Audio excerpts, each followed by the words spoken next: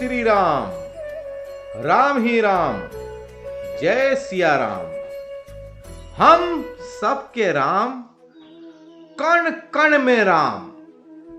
आज हर जगह सुनाई दे रहा है बस प्रभु श्री राम का नाम। सदियों का तप आखिरकार पूरा हुआ। अब हमारे श्री राम सुनिश्चित रूप से अपनी जन्मभूमि पर विराजने वाले हैं।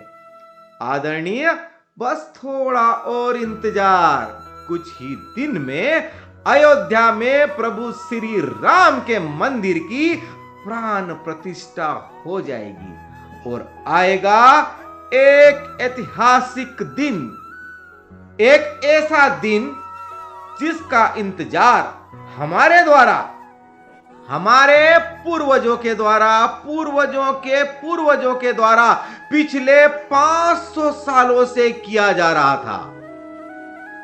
यह उनका देखा गया सपना था जो आज हम जी पा रहे हैं। एक ऐसा दिन जिसके इंतजार में न जाने कितनी पीढ़ियां खत्म हो गई। एक ऐसा दिन जिसकी लड़ाई में न जाने कितने लोगों ने अपनी जान गंवा दी। चलिए, आज मैं ले चलता हूं आपको एक ऐसी समय यात्रा पर जहां जंग है, संघर्ष है, परिश्रम है, बलिदान है, एक अनोखा ख्वाब है। यह हमारा और अयोध्या का इतिहास है। एक पल के लिए, बस एक पल के लिए जरा सोच कर देखिए, 16वीं शताब्दी में भी ऐसे बहुत सारे लोग थे जिनका सपना था कि वो अयोध्या में राम मंदिर देखें। 18वीं शताब्दी में भी ऐसे लोग थे जो पहली बार राम मंदिर का हक पाने के लिए अदालत गए। आज से 150 साल पहले, 150 years ago, अयोध्या में लोगों ने राम मंदिर की लड़ाई में अपनी जान गंवाई। ऐसे भी लोग थे जिन्होंने अपनी लाइफ के 50 से 60 साल राम मंदिर के लिए कोर्ट की लड़ाई में बिता दिए। आज वो हमारे बीच में नहीं है और वो ये नहीं देख भी पा रहे हैं। और एक आप है और एक हम हैं जो अपने जीते जी इस जीवन काल में अयोध्या में भगवान श्री राम का मंदिर देखने जा रहे हैं। उन प्रभु श्री राम का मंदिर जिसे आज से 492 साल पहले 1528 में बाबर ने गिरवा दिया था।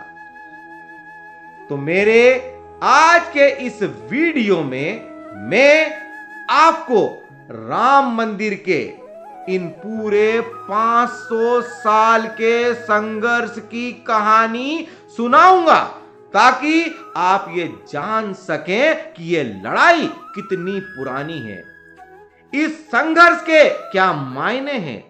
निश्चित रूप से मेरी पूरी बात सुनकर आप ये जान सकेंगे कि सच्चाई की जो लड़ाई होती है ना, कोई रातों रात नहीं जीती जाती। इसके संघर्ष 2-4 साल तक नहीं चलते हैं, बल्कि इसके लिए आपको सैकड़ों सालों तक लड़ना पड़ सकता है। ये हम सब जानते हैं कि बाबर ने साल 1528 में अयोध्या में भगवान श्री राम का मंदिर गिरवा कर वहां मस्जिद का निर्माण करवाया था। लेकिन इसके पहले की बात कम लोग ही जानते हैं और वो बात यह है कि भगवान श्री राम के पुत्र कुश ने अयोध्या में श्री राम का मंदिर बनवाया था। अकेले अयोध्या में सीताराम के लगभग 3000 मंदिर थे। कहा जाता है कि 5वीं शताब्दी ईसा पूर्व इनमें से कई मंदिरों की हालत खराब होने लगी। उसी दौरान उज्जैन के राजा विक्रमादित्य अयोध्या आए और उन्होंने यहाँ के कई मंदिरों को फिर से ठीक करवाया। आने वाले कई सालों तक ये मंदिर यूं ही वहां बने रहे। फिर 21 अप्रैल 1526 को बाबर और इब्राहिम लोदी के बीच युद्ध होता है। 1528 तक बाबर की सेना अयोध्या पहुंच जाती है। कहा जाता है कि तभी बाबर के कहने पर उनके सेनापति मीर बांकी ने उस मंदिर को तुड़वाकर उसकी जगह मस्जिद बनवाई, जिसे बाद में बाबरी मस्जिद के नाम से जाना गया। इसके बाद 150 साल बीत जाते हैं, कोई हलचल नहीं होती। क्यों? क्योंकि यह वो दौर था जब भारत में मुगल शासन की जड़ें काफी गहरी थी। फिर साल 1717 यानी बाबरी मस्जिद बनने के लगभग 190 सालों के बाद जयपुर के राजा जयसिंह द्वितीय कोशिश करते हैं कि मस्जिद और उसके आसपास वाली जगह उनको मिल जाए, क्योंकि वह जानते थे कि हिंदुओं के लिए उस जगह का क्या महत्व है, हिंदुओं की उस जगह में क्या आस्था है। जयसिंह के उस वक्त के मुगल शासकों से संबंध भी ठीक थे, लेकिन इसके बाद भी वो जो चाहते थे ना, ऐसा वो नहीं कर पाए। लेकिन उन्होंने मस्जिद के पास ही एक राम चबूतरा बनवा दिया ताकि हिंदू वहां पर पूजा कर पाए। यूरोपियन भूगोल शास्त्री जोसेफ स्टेफन थेलर, जो खुद 1766 से 1771 के बीच इसी जगह पर थे, उन्होंने भी अपनी रिपोर्ट में राम चबूतरा होने की बात स्वीकार की थी। ये वो वक्त था जब मस्जिद के अंदर नमाज पढ़ी जाती थी और हिंदू बाहर राम चबूतरे पर पूजा किया करते थे। मगर मंदिर गिराए जाने के 250 सालों के बाद भी हिंदू इसको भूले नहीं थे। यूं तो अयोध्या में भगवान श्री राम के हजारों मंदिर थे, मगर हिंदू यह बात नहीं भुला पा रहे थे कि भगवान श्री राम के जन्म स्थान की जगह मंदिर तोड़कर मस्जिद कैसे बना दी गई। 1813 में पहली बार हिंदू संगठनों ने दावा किया कि बाबर ने 1528 में राम मंदिर तोड़कर मस्जिद बनाई थी।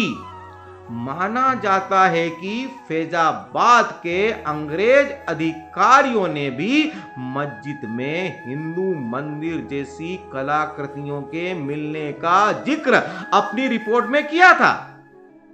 पूर्व आईपीएस अधिकारी किशोर कुणाल ने अपनी किताब अयोध्या रिविजिटेड में इस बात का जिक्र भी किया है। इसके बाद 1838 में ब्रिटिश सर्वेयर मॉन्टेगो मेरी मार्टिन, इन्होंने एक रिपोर्ट दी कि मस्जिद में जो पिलर्स हैं वो मंदिर से ही लिए गए हैं। रिपोर्ट सामने आने के बाद काफी हंगामा हुआ। हिंदुओं के दावे के बाद से विवादित जमीन पर नमाज के साथ साथ पूजा भी होने लगी। 1853 में अवध के नवाब वाजिद अली शाह के समय अयोध्या में पहली बार सांप्रदायिक हिंसा हुई। उसके बाद भी 1855 तक हिंदू और मुसलमान एक ही जगह पूजा और नमाज अदा करते रहे।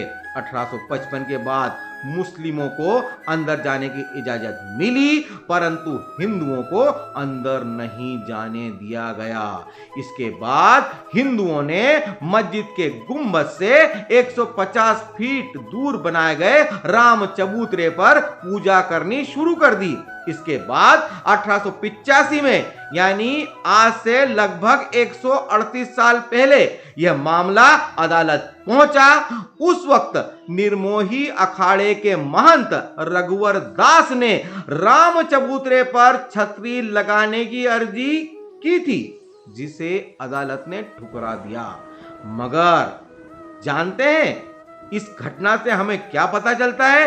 अरे इस घटना से हमें यह पता चलता है कि जो निर्मोही अखाड़ा है ना, वो कब से राम मंदिर की लड़ाई लड़ रहा है। इसके बाद 1934 में अयोध्या में फिर दंगे होते हैं और इस दौरान बाबरी मस्जिद की एक दीवार टूट जाती है, जिसे बाद में फिर बनवा दिया जाता है, मगर वहां नमाज बंद हो जाती है। आप देख रहे हैं कि ये वो दौर था जब देश पर अंग्रेजी हुकूमत थी। उस वक्त की कांग्रेस के एजेंडे में भी कहीं राम मंदिर नहीं था, ना ही उस वक्त का संघ इतना मजबूत था। मगर देश की जनता प्रभु राम के भक्त बाबर के मस्जिद बनवाने के 400 साल के बाद भी अपने हक की लड़ाई लड़ रहे थे। उस टाइम जब ना देश में अपनी सरकार थी, ना मीडिया आजाद था, ना धार्मिक संगठनों की कोई लामबंदी थी, सिर्फ और सिर्फ आम राम भक्तों का वह जुनून था, वह भक्ति थी जो अपनी जान की बाजी लगाकर भी हर दिन श्री राम के मंदिर के लिए लड़ाई लड़ रहे थे। इस बीच आता है साल 1947, देश आजाद हो जाता है। उस वक्त तक मस्जिद सिर्फ शुक्रवार को ही खुलती थी और राम चबूतरे पर भगवान राम की मूर्ति थी जहां लोग पूजा करते थे। देश आजाद होते ही लोग ये मानने लगे थे कि हमें आजादी मिल गई है, अब राम मंदिर बन ही जाएगा। मगर उस वक्त के किसी भी बड़े कांग्रेसी नेता की बातों से ऐसा नहीं लगता था कि वो राम मंदिर बनाने या उसकी लड़ाई को लेकर गंभीर थे। उल्टे 1949 में 1949 में कुछ ऐसा हुआ जिसने बहुत सारे लोगों को हैरान कर दिया। 23 दिसंबर 1949 की सुबह विवादित ढांचे के अंदर से घंटियों की आवाज आने लगती है। पता लगता है कि वहां श्री राम जी की पूजा हो रही है। हिंदू पक्ष दावा करता है कि बीती रात अचानक मंदिर में प्रभु राम की मूर्ति प्रकट हो गई। मुस्लिम पक्ष कहता है कि मूर्ति को रात के अंधेरे में जबरन रखा गया। घटना की जानकारी मिलने के बाद दोनों पक्ष के लोग भारी तादाद में वहां जुटने लगते हैं। मामला इतना बढ़ जाता है कि बात उस वक्त के प्रधानमंत्री जवाहरलाल नेहरू के पास चली जाती है। वो डिस्ट्रिक्ट मजिस्ट्रेट के नायर को आदेश देते हैं कि मूर्ति को वहां से हटाकर पहले जैसी स्थिति बहाल की जाए, जिस पर के नायर हाथ खड़े कर देते हैं। उनका कहना था कि यहां इतनी भीड़ है कि अगर मूर्ति हटाई गई तो स्थिति बेकाबू हो जाएगी। वैसे भी एक बार वहां मूर्ति रख दी गई है तो कोई पुजारी मूर्ति को हटाने के लिए तैयार नहीं होगा। कहते हैं उसके बाद 27 दिसंबर को के नायर के पास दूसरी चिट्ठी आती है और उनसे फिर से वैसा ही करने के लिए कहा जाता है, जिसके जवाब में के नायर इस्तीफा दे देते हैं। मगर अपने इस्तीफे के साथ ही वो सरकार को यह सलाह देते हैं कि मूर्ति को हटाने की बजाय वहां जाली नुमा गेट लगा दिया जाए। कहते हैं नेहरू जी को यह बात पसंद आती है और वो ऐसा ही करते हैं और के नायर का इस्तीफा नामंजूर करते हैं। इसके बाद 1950 में हिंदू महासभा के वकील गोपाल विशारद ने फैजाबाद जिला अदालत में अर्जी दाखिल कर रामलला की मूर्ति की पूजा का अधिकार देने की मांग की। इसके बाद अगले 35 सालों तक हिंदू पक्ष और सुन्नी वक्फ बोर्ड अपने अपने तरीके से उस जगह को अपने हवाले करने का दावा अदालत में करते हैं, मगर कुछ हुआ नहीं। फिर 1980 में बीजेपी के सामने आने के बाद राम मंदिर आंदोलनों को लेकर चीजें बदलने लगती है। यह वो वक्त था जब संघ, विश्व हिंदू परिषद और बीजेपी सभी अपने अपने तरीके से राम मंदिर आंदोलन को तेज करने में लग जाते हैं। 1984 में दिल्ली के विज्ञान भवन में एक कार्यक्रम करके यह लोग राम मंदिर के लिए सीतामढ़ी निकालने का भी कार्यक्रम बनाते हैं, मगर 1984 में इंदिरा गांधी जी की हत्या के बाद यह कार्यक्रम टाल दिया जाता है। फिर आता है साल 1986। तब कुछ ऐसा होता है जिसके बाद राम मंदिर आंदोलन की पूरी दिशा ही बदल जाती है। आपको याद होगा कि शाहबानो केस में जब सुप्रीम कोर्ट शाहबानो के पति को उसे गुजारा भत्ता देने के लिए कहती है तो बहुत सारे मुस्लिम भड़क जाते हैं और उसे अपने मजहब के खिलाफ मानते हैं। उस वक्त के प्रधानमंत्री राजीव गांधी मुसलमानों को खुश करने के लिए संसद में कानून लाकर सुप्रीम कोर्ट के उस फैसले को पलट देते हैं। राजीव गांधी जी के इस कदम से फिर हिंदू नाराज हो जाता है, वो इसे मुस्लिम तुष्टीकरण मानते हैं। इसके बाद राजीव गांधी जी हिंदुओं को खुश करने के लिए बाबरी मस्जिद का ताला खुलवाकर वहां पर पूजा अर्चना शुरू करवा देते हैं। अब राजीव सरकार के इस फैसले से मुस्लिम नाराज हो जाते हैं और 6 फरवरी 1986 को मुस्लिम लीडर्स मिलते हैं और बाबरी मस्जिद एक्शन कमेटी बना देते हैं। इसके बाद के सालों में लाल कृष्ण आडवाणी जी सोमनाथ से अयोध्या के लिए 10,000 किलोमीटर की रथ यात्रा निकालते हैं। रथ यात्रा के दौरान बिहार के समस्तीपुर में आडवाणी जी को गिरफ्तार कर लिया जाता है। फिर जिस दिन अयोध्या में रथ यात्रा का समापन होना था उस दिन बहुत बड़ी संख्या में कार सेवक अयोध्या पहुंचकर विवादित ढांचे पर झंडा फहरा देते हैं। भीड़ को काबू करने की कोशिश में उस वक्त की मुलायम सरकार कार सेवकों पर गोलियां चलवा देती है, जिसमें कई कार सेवक शहीद हो जाते हैं। इसके बाद आता है वह दिन जिसे बहुत सारे लोग शौर्य दिवस और बहुत से लोग काले दिवस के तौर पर मनाते हैं। तारीख थी 6 दिसंबर 1992। 2 लाख कार सेवक अयोध्या पहुंच जाते हैं। उस वक्त कल्याण सिंह यूपी के मुख्यमंत्री थे और पीवी नरसिम्हा राव देश के प्रधानमंत्री। कहते हैं कार सेवकों के वहां पहुंचने से पहले कल्याण सिंह ने अदालत को यह भरोसा दिया था कि वो ढांचे को कोई नुकसान नहीं होने देंगे। साथ ही यह भी कहा जाता है कि कल्याण सिंह ने पुलिस को भी यह आदेश दिए थे कि वो भीड़ पर गोलियां ना चलाए, लेकिन इतने सारे लोगों के वहां पहुंचने के बाद वही हुआ जो होना था।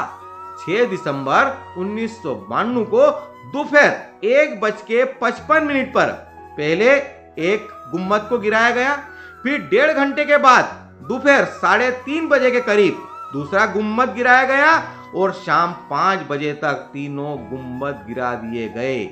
इस घटना के महज 1.5 घंटे के बाद यूपी के अंदर राष्ट्रपति शासन लगा दिया गया। कल्याण सिंह ने अपने पद से इस्तीफा दे दिया। इसके बाद हुए दंगों में लगभग 1000 लोगों ने अपनी जान गंवाई। मुंबई में हुए सांप्रदायिक दंगों में लगभग 900 लोगों ने अपनी जान गंवाई। इसके 7 साल बाद तक अदालत में इस मामले को लेकर शांति छाई रही, मगर 90 के दशक में बीजेपी के दोबारा केंद्र में आने के बाद तमाम हिंदू संगठन राम मंदिर आंदोलनों को लेकर फिर से अति सक्रिय हो गए। पहले देश भर में चल रहे मामलों को एक जगह लाया गया। बाद के सालों में ASI archaeological survey of India को इस मामले की जांच करने को कहा गया ताकि पता लगाया जा सके कि वहां पहले क्या था। ASI ने अपनी रिपोर्ट में यह साफ कह दिया कि जिस जगह विवादित ढांचा था उसके नीचे मिले अवशेषों से यह साबित होता है कि वहां पहले हिंदू मंदिर थे।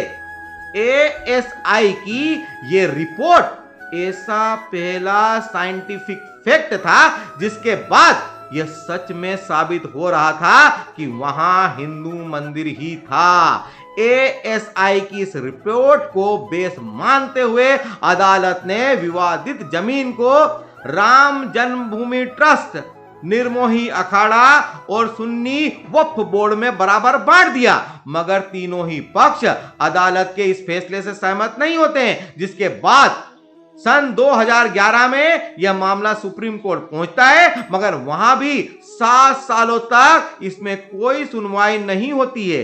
एक मेडिएशन पैनल बनाकर आपसी रजामंदी से मामले का हल निकालने की कोशिश होती है, और जब उसमें भी कोई फैसला नहीं होता तो सुप्रीम कोर्ट मामले से जुड़े सारे दस्तावेजों का अंग्रेजी में ट्रांसलेशन करने को कहता है। फिर अगस्त 2019 में मामले से जुड़े सभी पक्षों की सुनवाई पूरी हो जाती है, और उसी साल 9 नवंबर 2019 में सुप्रीम कोर्ट यह फैसला सुनाती है कि विवादित जमीन राम जन्मभूमि ट्रस्ट को दे दी जाए। फिर उसके बाद 5 फरवरी 2020 ट्रस्ट का गठन होता है और मंदिर निर्माण शुरू होता है।